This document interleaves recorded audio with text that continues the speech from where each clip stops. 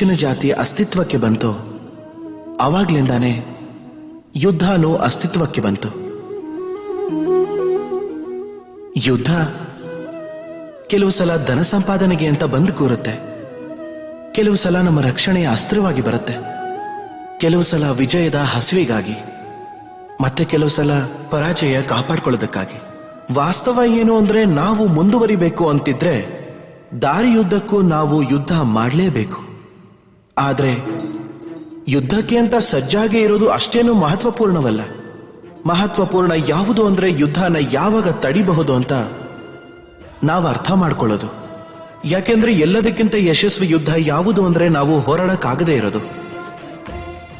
ನೀವು ಯುದ್ಧ ಮಾಡಿ ಸ್ವಯಂ ನಿಮ್ಮ ಪ್ರತಿಷ್ಠೆ ಬೇಕಿದ್ರೂ ಹೆಚ್ಚಿಸ್ಕೋಬಹುದು, ಆದ್ರೆ ನಿಮ್ಮ ಬಲ ಕಳೆದು ಹೋಗುತ್ತೆ.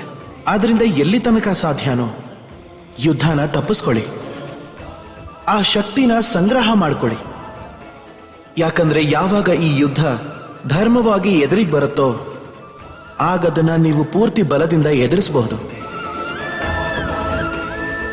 ರಾಧೆ ರಾಧೆ.